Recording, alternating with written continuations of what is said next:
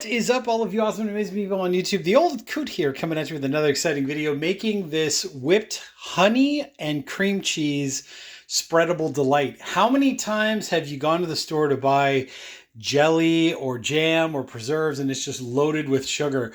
Well, this way I feel like I'm getting the same sweetness, if not better, with some body to it, some consistency, right? It's cream cheese and honey with a little kick of lemon right in there as well.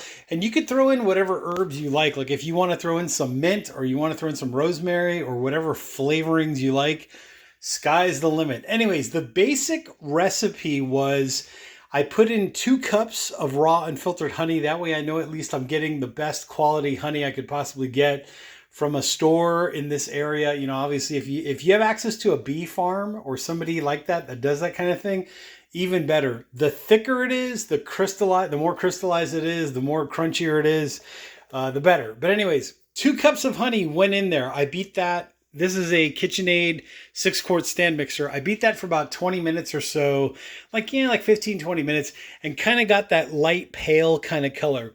So then after the 20 minutes, I basically shut it off. And what I did was I threw in 2 sticks of cream cheese. These are 8-ounce bars a piece, and I cut it up into small little pieces like so. Threw that in there. And then what I also did was I threw in about 1 teaspoon of cornstarch. Basically acts like a thickening agent, also helps to kind of keep its shape and its consistency for longer when you put this in the fridge afterwards. And then I also put in I'd say about a half a teaspoon of lemon juice. So if you want to make half the recipe, just use half as much. If you want to make twice the recipe, use twice as much. You get the idea.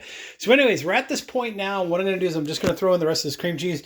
Make sure your cream cheese is at room temperature. So it's a good idea to take your cream cheese out of the fridge when you're whipping up your honey, right? Just the honey on its own. That way this has about 20 minutes to come up to room temperature. So anyways, this is going to go in there now. It's a little bit sticky because it's been out for a while. Right, that 20 minutes. So I'm just putting in these little chunks right here. And I've already got my cornstarch in there, right? Just cornstarch, nothing fancy. And then I've got my lemon juice already in there as well. And what I'm going to do now is slowly, I'm going to turn this back on. I don't want to turn this on too aggressively, too fast. So I'm just going to go to level 1, right? Let it kind of do its thing. It's going to strain a little bit. Level 2. There's going to be level 3. That's 4. This will be 5. I'd say around right here is where I want to leave it just for now. What's going to eventually happen is that cream cheese that's in there is going to fling off to the sides and then get re-picked back up again by the whisk attachment that was in there. And eventually it'll start getting more and more air. Aeration, aerating, right? Airing is your friend. That's what's going to give it that volume and that fluff as it fluffs up. Anyways, this is going to go for about another 10 minutes or so, give or take. We'll be back with the next video in this series to show you all what the final product looks like. That spreadable, creamy goodness. That's basically cream cheese and honey with a little lemon kick to it. And like I said, if you want to throw some other herbs or spices in there, whatever, you want to put some cinnamon in, whatever floats your boat, whatever you like. But this is definitely a spreadable something or other that you can put on toast or a bagel or whatever you like. Anyways, if you do like what you're seeing, hit that like button, hit the subscribe button down there below, wherever that is.